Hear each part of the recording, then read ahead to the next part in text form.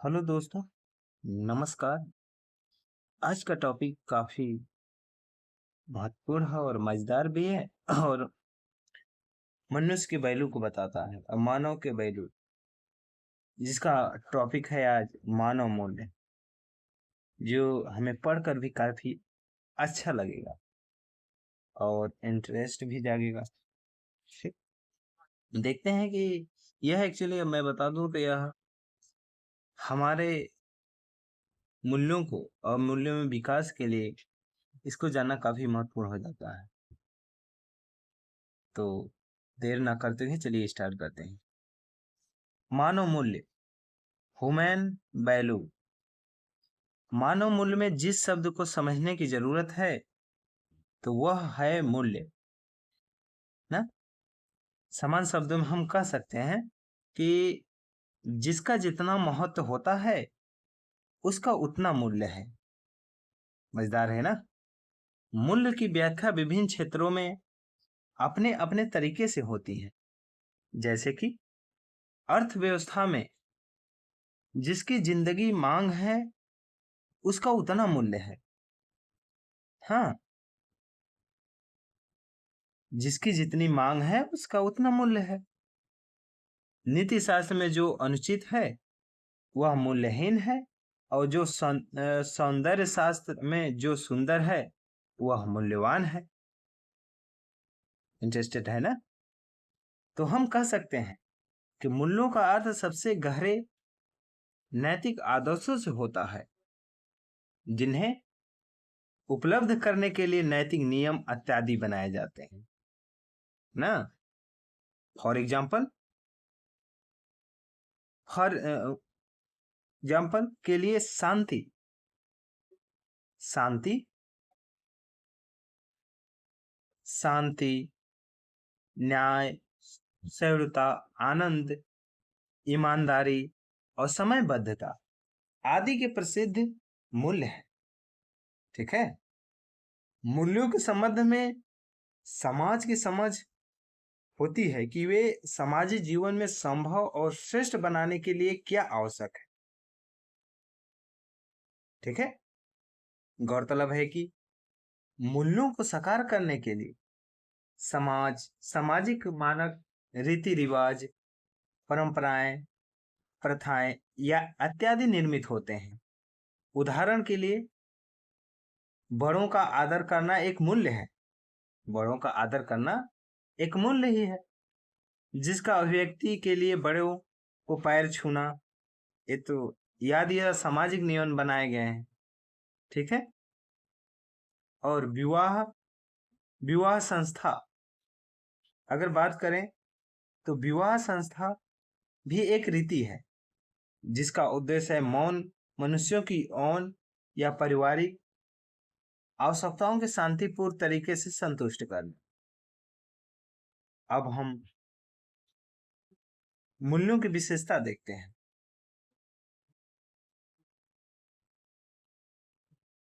नैतिक मूल्यों का विकास क्रम उनकी विशेषताएं तय करता है कि कोई भी मूल्य प्रायः प्रारंभ में एक व्यक्तिगत आदत होता है, जो उचित प्रतीत होने के कारण कालांतर में सामाजिक व्यवहार, सोशल बिहेवियर बन जाता है।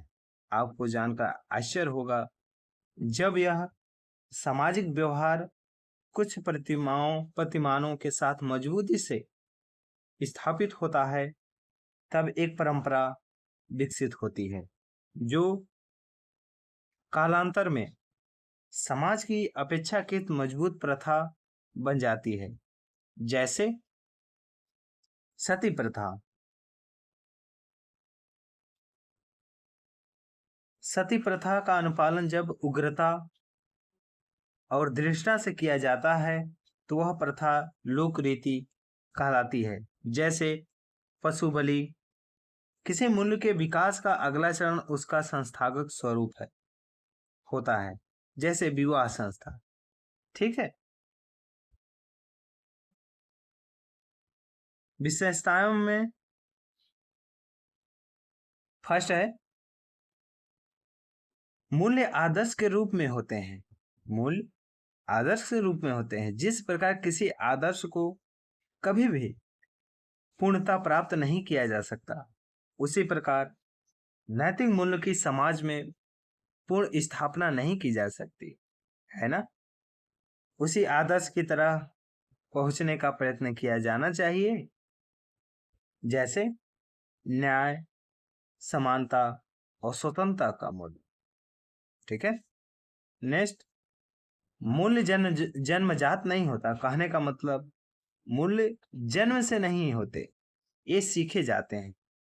मूल्य को सीखने की प्रक्रिया सामाजिकरण है, सोशलाइजेशन कहलाती है। जैसे बड़ों का पैर छूना, यह तो जन्मजात नहीं हो सकता ना। बड़ों के पैर छूना, उन्हें सम्मान देने का मूल्य हम सीखते हैं। यदि मूल्य आनुवंशिक होते तो यह मूल्य विश्वास सभी समाजों में पाया जाता, लेकिन ऐसा नहीं है। ठीक है।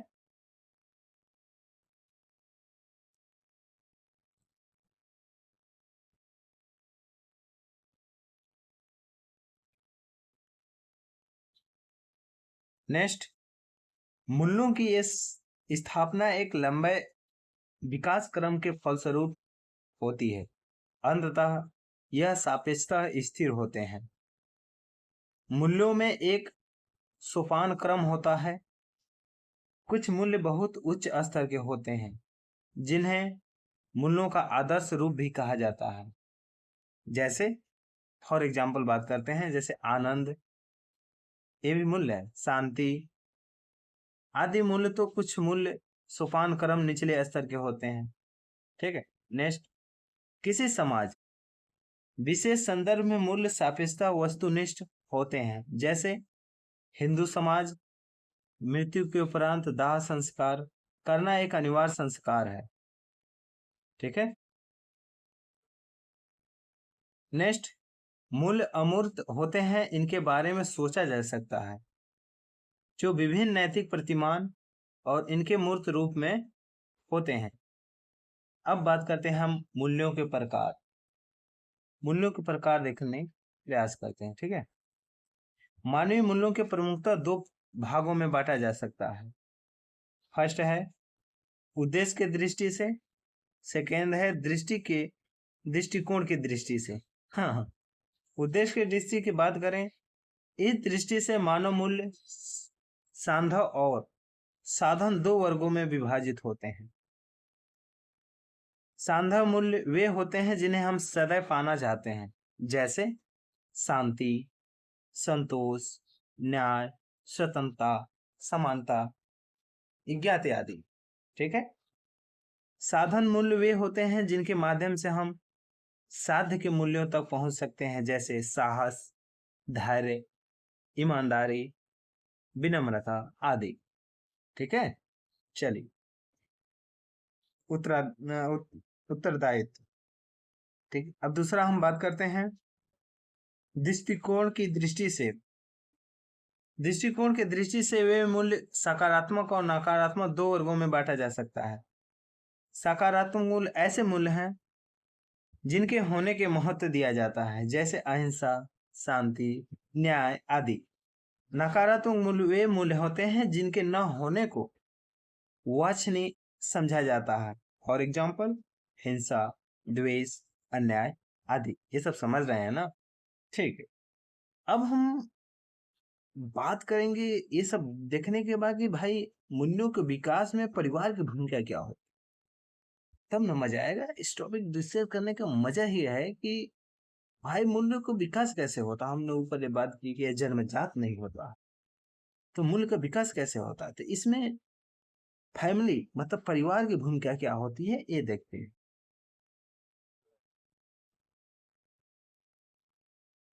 एक्चुअली मैं बता दूं तो मूल्यों के विकास में परिवार पहली सीढ़ी है, जिस पर चढ़कर मानव के लक्ष्य को पाना आसान लगता है।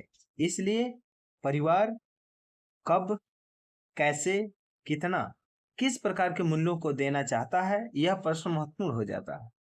ठीक है। एक्चुअली मैं बात करूं तो 6 वर्ष तक की आयु एक ऐसी पायदान है जब बच्चा दूसरों के आचरण से सबसे अधिक प्रभावित होता है। इसलिए प्राथमिक स्तर पर मूल्य उसी उम्र में निर्धारित होते हैं। हालांकि हालांकि बाद में भी मूल्य विकसित होते हैं, लेकिन प्रभाव का स्तर धीरे धीरे कम होता है ना।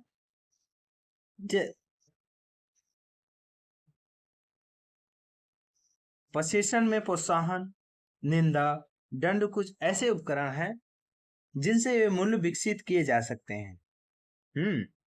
यह भी ध्यान देने योग्य बात है कि परिवार एकल है या संयुक्त। संभव है कि एकल परिवार से वह व्यक्ति होने का मूल्य प्राप्त हो और संयुक्त परिवार के साथ रहने का। ठीक है।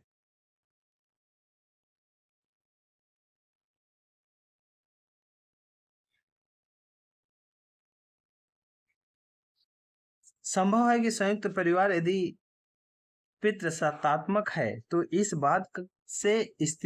बात से मालूम पड़ता है कि स्त्री को प्रति कम सम्मान का मूल्य प्राप्त होगा अगर पितृसत्तात्मक होगा। अगर परिवार शैक्षिक स्तर और आर्थिक स्तर भी मूल्यों की पृष्ठभूमि तय करने में सहायक होता है। देखिए, अब हम ये तो मैंने देखा कि मूल्यों के विकास करने में फैमिली और परिवार की क्या भूमिका। अब हम बात करते हैं कि मूल्यों के विकास में समाज की क्या भूमिका है। हमारा समाज मूल्यों के विकास करने में क्या अहम भूमिका निभा सकता है। तो एक्चुअली मैं बात करूं तो समाज असली भूमिका वैसे तो विद्यालय जाने के साथ शुरू होती है, किंतु उससे पूर्व 6 वर्ष तक समाज और परिवार मूल्यों के विकास में बराबर की भागीदारी होते हैं। ठीक है।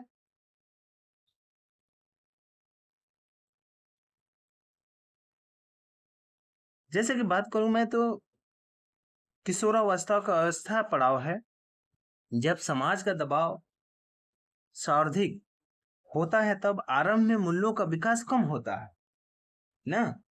लेकिन समाज ज्यों-ज्यों संपर्क बढ़ता जाता है, विकास भी उत्तरोत्तर बढ़ता जाता है। जैसे आजकल तो ये है सबसे सामाजिक मूल्य बढ़ाने का तो मीडिया, खुद सोशल मीडिया, खुद पर्यवेक्षी हो जाना, सामाजिक समूहों से वार्तालाप और सह शिक्षा विद्यालय आदि में समाज के नैतिक मानदंड और सामाजिक गतिशीलता, रूढ़ि परिवर्तन जैसे विचार का प्रभाव पड़ता है। आपको मैं बता दूं, विभिन्न धर्म के जाति, विभिन्न धर्म, जाति और क्षेत्र के लोग के साथ धैर्य, सहिष्णुता जैसे मूल्यों को विकसित करने में सहायक होते हैं, है ना। हम्म नेक्स्ट, ध्यान तब है कि मतलब कि सामाजिक प्रभाव अंतः क्रिया की मात्रा पर निर्भर करता है। जो जितना सामाजिक होगा उस पर समाज का उतना ही प्रभाव पड़ेगा। ये तो बात सही है। अब हम बात करते हैं मूल्यों के विकास में शिक्षा संस्थानों की क्या भूमिका है। मैंने परिवार की भूमिका देखा, मूल्य विकास में परिवार कैसे किया, फिर समाज। अब बात करते हैं शिक्षा संस्थानों की क्या भूमिका। शिक्षा संस्थान दो स्तर पर मूल्य के विकास में योगदान देते हैं, आधारभूत शिक्षा के स्तर पर और उच्च शिक्षा के स्तर पर।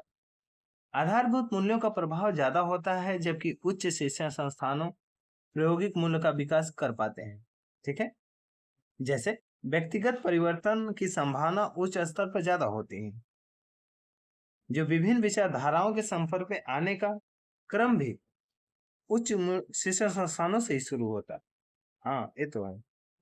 जो मूल्य को प्रभावित करने, जैसे मार्क्सवादी विचार से संपर्क आने से वर्ग संघर्ष को समझना आदि। ठीक है। चलिए,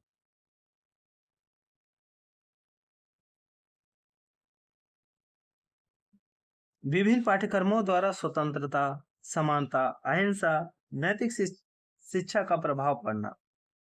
उदाहरण के लिए इतिहास के पाठ्यक्रम यदि गांधी जी के अन्याय के विरुद्ध खड़ा होना या सत्य अहिंसा का पाठ प्राथमिक और उच्च शिक्षा संस्थान में पढ़ाया जाए तो इसका प्रभाव मूल्य विकास में निश्चित तौर पर सहायक होगा।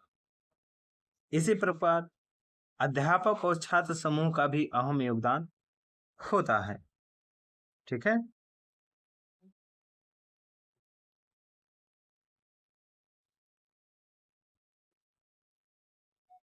अब हम बात करते हैं, नैतिक मूल्य मतलब आत्मनिष्ठ है या वस्तुनिष्ठ। ये तो क्वेश्चन उठना लाजमी है कि भाई ये सब हमको आप इतना मूल्य बताए, आप भी बता सकते हैं हमको कि नैतिक मूल्य आत्मनिष्ठ है या वस्तुनिष्ठ। क्वेश्चन पूछना लाजमी है, तो मैं आपको बताता हूँ। चलिए बताता हूँ। वस्तुनिष्ठ मतलब सब्जेक्टिविटी से तात्पर्य ऐसी स्थिति से है जिसके संबंध में सर्वसम्मति रहती है, वहां कोई मत भिन्नता नहीं होती। ठीक है। पूर्ण वस्तुनिष्ठ पूर्ण वस्तुनिष्ठता की स्थिति में हम शुद्ध गणित मतलब पूर्ण मैथमेटिक्स या शुद्ध तर्कशास्त्र में पाते हैं। वही आत्मनिष्ठता में सब्जेक्टिविटी की स्थिति में मतभिन्नता स्वाभाविक तौर पर पाई जाती है। अब यदि हम नैतिक मूल्यों की बात ही कर रहे हैं, तो यदि यदि कोई एक मिनट यदि कोई नैतिक मूल्य यदि कोई नैतिक मूल्य के समय स्थान परिस्थिति से प्रभावित होता है, तो उसमें आत्मनिष्ठा की मात्रा अधिक पाई जाती है। समझे। यदि नहीं तो वस्तुनिष्ठता अधिक होगी। मूल्य की वस्तुनिष्ठता की कसौटी उसका सामाजिक दायरा होता है। आपको मैं बता दूं, जितने अधिक क्षेत्र वह मूल्य फैला होगा, उतने ही उसे वस्तुनिष्ठता की मात्रा अधिक पाई जाएगी। ध्यान तब है कि यदि मूल्य न शुद्ध रूप से तो वस्तुनिष्ठ है और न ही शुद्ध रूप से तो आत्मनिष्ठ है ना। अलग अलग मूल्यों में वस्तुनिष्ठता का स्तर भी अलग अलग होता है, परिस्थिति भी डिपेंड करता है। जैसे कुछ मूल्य लगभग हर समय लगभग हर परिस्थिति में समान माने जाते हैं। जैसे शांति, सत्य आदि। ये ऐसे मूल्य हैं, मतलब शांति, सत्य आदि की मूल्यों में वस्तुनिष्ठता ज्यादा है, जबकि कुछ मूल्य ऐसे हैं जो जितने वस्तुनिष्ठ है उतने ही आत्मनिष्ठ है। जैसे शाकाहार व्यक्ति, मांसाहार, गर्भपात, फांसी आदि। है कि नहीं। अब अगर आगे देखें तो कुछ मूल्यों में वस्तुनिष्ठता की अपेक्षा आत्मनिष्ठा की मात्रा अधिक पाई जाती है। ये कुछ वर्ग विशेषों द्वारा ही मान्यता होते हैं। जैसे समलैंगिक विवाह समझ रहे हैं ना, वेश्यावृत्ति। वही कुछ मूल्य ऐसे हैं जिनके विरोध में वस्तुनिष्ठता पाई जाती है, न कि पक्ष में। जैसे नरभक्षी प्रवृत्ति। हाँ, ठीक। चलिए आगे देखते हैं। अब है वस्तुनिष्ठा और आत्मनिष्ठा का एक अन्य आयाम किसी समाज विशेष का अन्य समाजों से संपर्क की मात्रा भी है। ग्रामीण और आदिवासी समाज जिनका बाहरी समाजों से कम संपर्क है, वहां के मूल्यों में वस्तुनिष्ठा ज्यादा होगी। समझे। वही मेट्रो शहर में ठीक समय पर विपरीत स्थिति मिलेगी। है कि नहीं। अब ये सब बात करने के बाद हम दिमाग में हमारे तो क्वेश्चन घूम ही रहा होगा कि भाई ये सब बता ही तो दिए, लेकिन ये भी तो बता दो कि नैतिक मूल्य का निर्धारण कैसे होगा। ये निर्धारण होता कैसे, कौन करता। बिल्कुल टेंशन ना लीजिए, मैं जरूर बताऊं। नैतिक मूल्यों का विकास समाज के अंदर होता है, परंतु इनके निर्धारण विकास में अनेक आधारों की भूमिका होती है। यथा भौगोलिक परिस्थितियां, अन्य समाजों से अंतः क्रिया, जननांग की सांस्कृतिक और सापेक्षता, अर्थव्यवस्था आदि से होता है। तब एक एक करके हम लोग देखते हैं भौगोलिक परिस्थितियां से कैसे हो सकता है।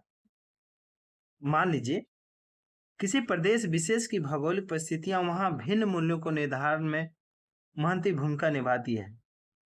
जैसे एग्जाम्पल के साथ बताएंगे, जैसे तापमान। तापमान अरबों देशों में प्रायः धूल भरी आंधियां चलती है रहती हैं। इनसे बचने के लिए वहां महिलाएं प्रायः बुर्का तथा पुरुष भी ज्यादा वस्त्र पहनते हैं। वही हम देखते हैं उष्णकटिबंधीय गर्म क्षेत्रों में लोग प्रायः ढीले ढाले तथा कम वस्त्र पहनते हैं। जैसे जैसे हम ठंडे प्रदेशों में यूरोप की ओर जाते हैं, वहां ज्यादा वस्त्र पहने जाते हैं तथा खान पान का प्रयोग भी सामान्य माना जाता है। ठीक है, चलिए अब आगे बात करते हैं। नेक्स्ट है उपजाऊ भूमि।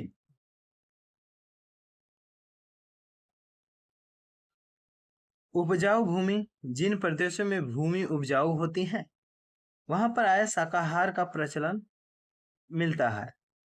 वही इसके विपरीत परिस्थितियां मांसाहार की प्रवृत्ति पाई जाती है ना।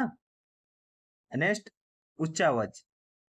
पहाड़ी क्षेत्रों में रहने वाले लोग धैर्य और मेहनत जैसे मूल्यों को प्राय मैदानी क्षेत्रों के लोगों से अधिक पाया जाता है, क्योंकि उनका जीवन से संघर्ष ज्यादा होता है। ठीक है, ठीक है, आगे बात करते हैं।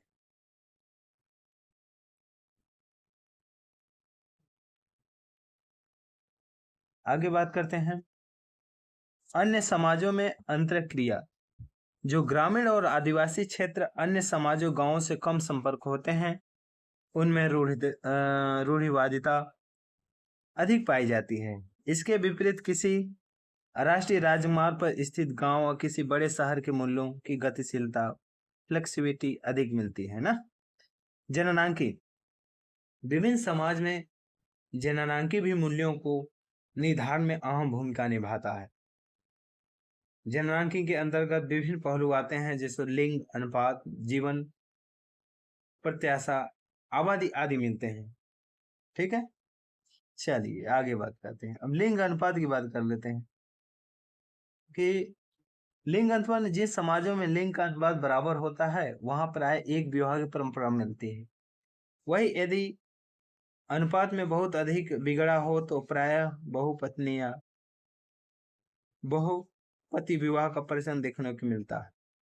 ठीक है, उदाहरण के तौर पर आज भी देहरादून भारत के पास एक आदिवासी इलाकों जिसे खस समुदाय में बहुपत्नी प्रथा का प्रचलन है।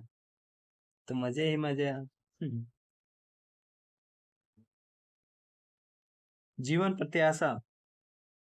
प्रत्याशा में जिन समाजों में जीवन प्रत्याशा बहुत अधिक होती है और संसाधन प्राप्त होते हैं वहां वृद्धों को ज्यादा सुविधाएं और सम्मान मिलता है, जैसे जापान में। परंतु यदि जीवन प्रत्याशा अत्यधिक हो और संसाधनों की कमी हो तो उसका समाज में वृद्धों की स्थिति सोचनी हो जाती है। बात तो सही है।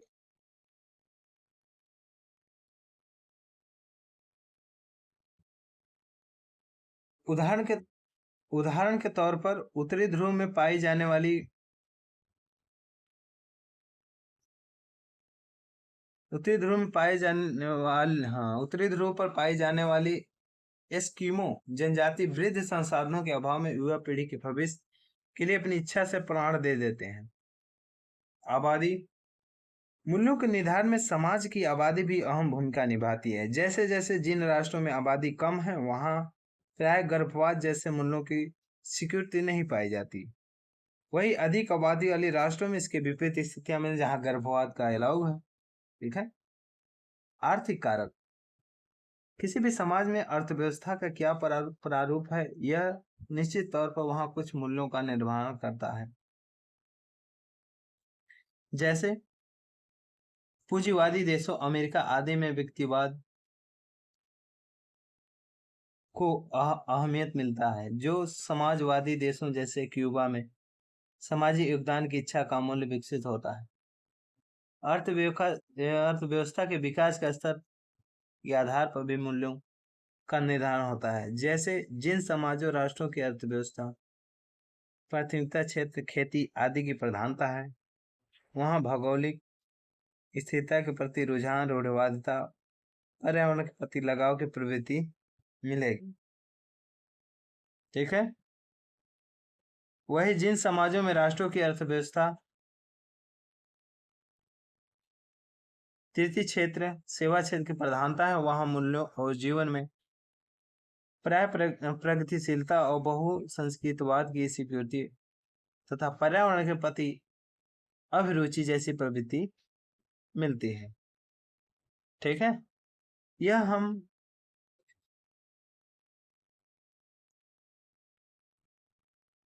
हम मानवीय मूल्यों के बारे में डिस्कस किया और इसे जानने का प्रयास किया कि मानवीय मूल्य, ह्यूमन वैल्यू कैसे डेवलप, कैसे